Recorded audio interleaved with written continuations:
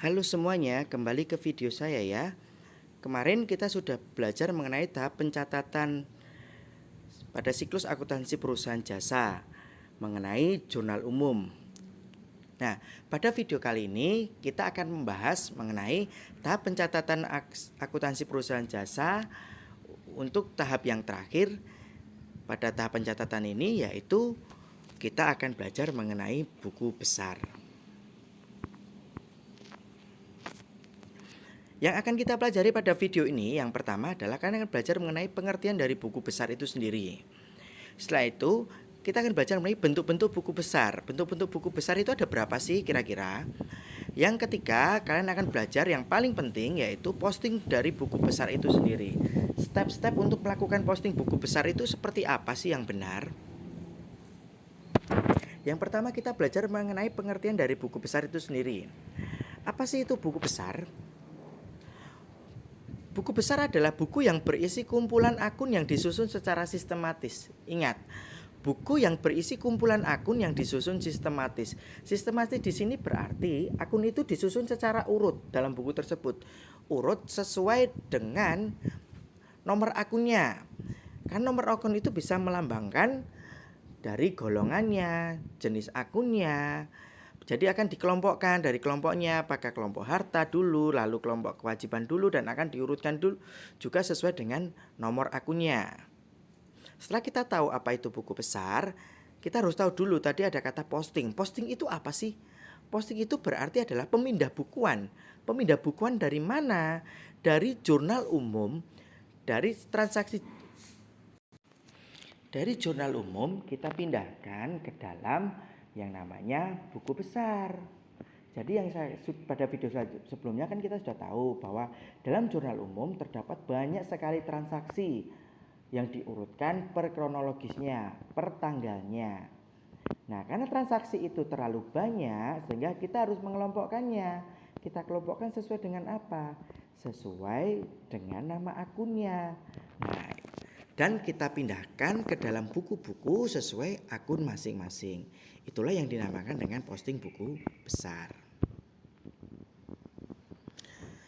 Setelah kita tahu apa itu buku besar dan apa itu posting buku besar, kita akan belajar mengenai bentuknya. Bentuk buku besar itu seperti apa sih dan ada berapa bentuk? Yang pertama adalah bentuk T. Yang kedua bentuk 2 kolom, lalu bentuk 3 kolom dan bentuk 4 kolom. Nah, untuk bentuk T, bentuknya seperti ini.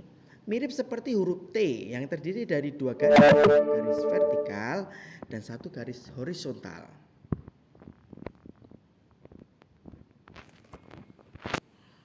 Di bagian tengah kita kasihkan nama akunnya untuk identitas akun. Dan juga kita berikan nomor akunnya. Setelah itu di bagian dalamnya, di bagian sisi kiri untuk nominal debitnya dan sisi kanan untuk nominal kreditnya. Jangan lupa juga di bagian akhirnya kalian harus menuliskan saldo akhirnya berapa. Sedangkan untuk dua kolom kita akan membuat sebuah tabel yang berisi tanggal, keterangan, referensi, lalu kolom debit, lalu juga tanggal, keterangan, referensi, dan kolom kredit. Dalam artian seperti ini, berarti pada bentuk 2 kolom ini, transaksi antara debit dan kredit keseluruhannya akan kita pisah, akan kita kelompokkan sendiri. Jadi kelompok hampir mirip dengan bentuk T, tapi perbedaannya adalah kalau bentuk T hanya terdiri dari 2 garis. Sedangkan untuk pada bentuk 2 kolom ini, dari bentuk 2 garis tadi kita tabelkan. Nah, pada bentuk 2 kolom ini yang bagian atas, yang bagian sisi kiri kita berikan nama akun dulu. Setelah itu kita isi dengan kode akun. Kode akun yaitu nomor akun. Dari masing-masing akun kan memiliki nomor akun dari masing-masing seperti K111 dan sebagainya. Lalu pada bagian keterangan itu kita isi keterangan dalam jurnalnya. Maksudnya dalam jurnal dia berketerangan apa? Apakah dia keterangannya sebagai pembelian perlengkapan atau modal awal. Selanjutnya pada referensi kita berikan halaman jurnal. Di halaman jurnal berapa? Apakah JU1, JU2, JU halaman 1, 2, 3 dan seterusnya. Lalu untuk bentuk 3 kolom,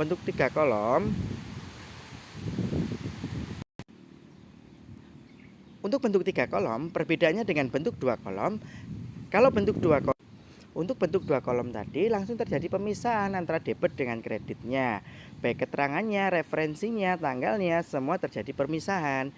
Sedangkan pada bentuk 3 kolom, untuk tanggal, keterangan, dan referensi tidak ada pemisahan. Begitu pula posisi debit dan kreditnya. Dan kalau untuk bentuk 2 kolom tadi, saldo mereka dipisah antara debit dan kredit. Pada bentuk 3 kolom, saldo mereka tidak dipisah, disatukan. Akumulasi saldo mereka disatukan. Antara debit dan kredit, saldo akhirnya disatukan. Perbedaannya adalah ada keterangan D atau K itu yang menunjukkan bahwa saldo itu nanti terletak pada saldo debit ataukah saldo kredit. Tanggal kita isi dengan tanggal. Untuk kolom tanggal akan kita isi dengan tanggal transaksinya. Kemudian kolom keterangan kita isi dengan keterangan singkat yang kita temukan dalam jurnal umum. Referensi sama, kita isi dengan halaman dari jurnal umum. Kira-kira transaksi tersebut terjadi pada halaman jurnal umum keberapa.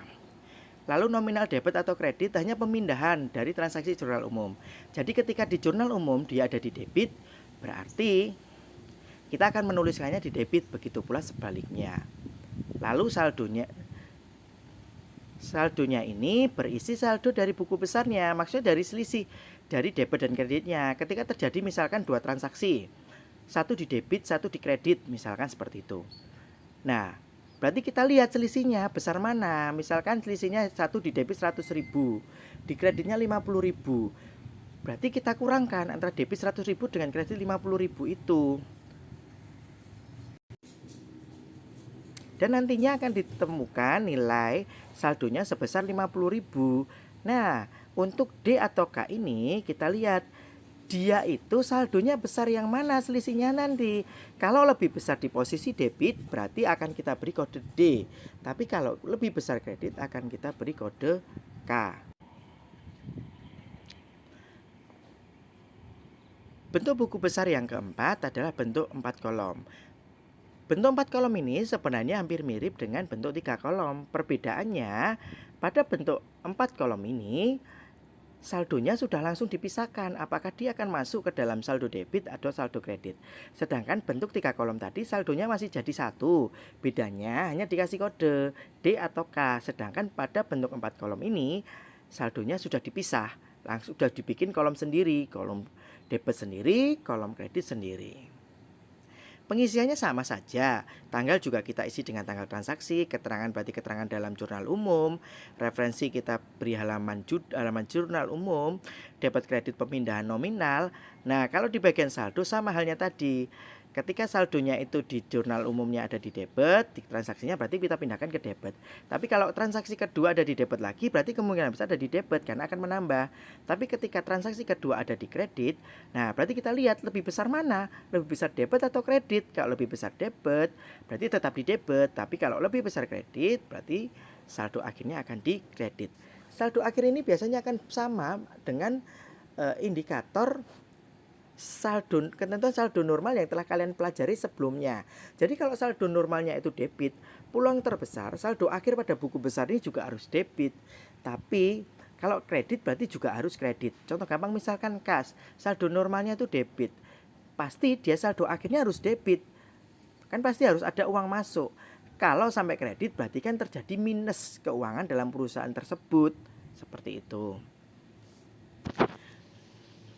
Sekarang adalah cara pengisiannya, contoh postingnya. Untuk posting bentuk T. Nah, ini ada nama akunnya kita tuliskan, biaya ikan kita pindahkan. Lalu nomor akunnya, kodenya dia 512, kita tulis 512. Karena dia ada di posisi debit, berarti nominalnya kita taruh di sisi kiri. Kita taruh di sisi kiri seperti ini. Kita beri tanggal dulu, lalu kita tuliskan nominal akhirnya. Karena ada satu transaksi, berarti kita langsung bisa bikin di akhir periode saldonya yaitu berapa? 250.000. Sekarang untuk posting yang buku besar bentuk 2 kolom. Sama hanya dengan bentuk T tadi, bagian atas kita berikan nama akunnya, lalu bagian pojok kanannya kita berikan referensinya, kode akunnya. Bedanya di bagian tanggal, kita tuliskan dulu tanggalnya. Kita lihat kasnya ini ada di mana. Kalau dia ada di kredit, berarti kita masukkan ke kolom yang kredit. Diisi tanggalnya, lalu keterangannya kita pindahkan saja, membayar biaya iklan. Lalu referensinya, dia ada di JU halaman berapa? Oh, halaman 1, berarti JU 1. Lalu karena dia di kredit, berarti nominalnya adalah nominal kredit, seperti itu.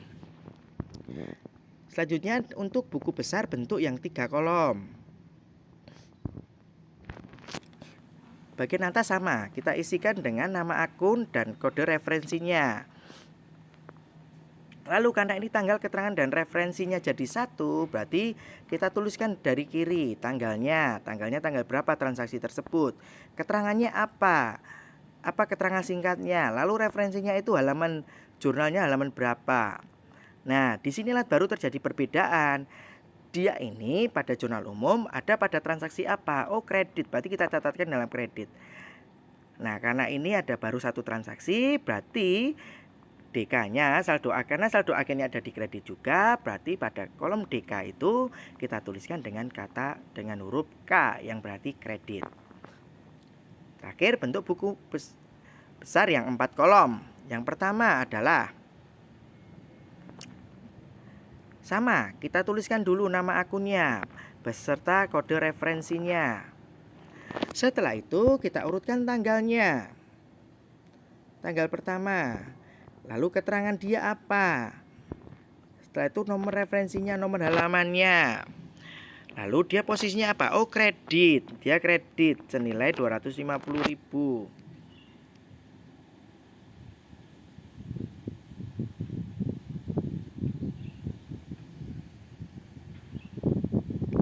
Nah, lalu pada tanggal 8 bulan 5 ternyata dari transaksi lanjutan ada penerimaan 500.000. Berarti dia ada penambahan uang 500.000. Kita debitkan. Nah, di sini pada debit dan kredit terjadi perbedaan posisi, terjadi perbedaan nominal.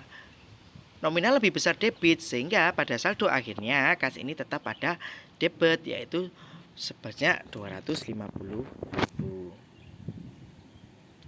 Kalau kita rekap bentuk buku besar yang sesudah yang kalian pelajari sebelumnya akan jadi seperti ini. Contoh rekapnya seperti ini kalau bentuk T. Ini secara umum untuk transaksi yang terjadi di suatu perusahaan. Sedangkan untuk bentuk 2 kolom akan seperti ini. Akan terjadi terpisah, kas sendiri, sewa sendiri, piutang sendiri, perlengkapan sendiri, peralatan, utang, ekuitas. Kalau untuk bentuk 3 kolom juga akan direkap seperti ini bentuk tabelnya. Di sini terjadi perbedaan tabel ya. Nah, lihat pada kas saldo normal debit lah, dia pasti ada di debit seringnya. Lalu contohnya kalau yang utang misalkan dia saldo normal kredit loh, pasti saldo akhirnya juga akan kredit. Begitu pula dengan ekuitas. Pendapatan pun sama, karena kredit, sedangkan biaya dia di debit, pasti dia ada di debit. Lalu untuk bentuk 4 kolom, lihat untuk yang saldo normalnya ada di debit, dia juga akan di saldo akhirnya pasti juga akan di debit. Ini contoh rekapitulasi bentuk buku besarnya ya. Nah, seperti yang saya katakan tadi, ketika jurnal umum itu untuk perusahaan mula-mula, sebelum nomor referensi akan ditulis setelah mereka melakukan posting pada buku besar. Nah, ini jurnal umum untuk perusahaan mula-mula kondisi ketika mereka sudah melakukan posting buku besar. Kode referensi mereka bisa dapat dituliskan seperti ini.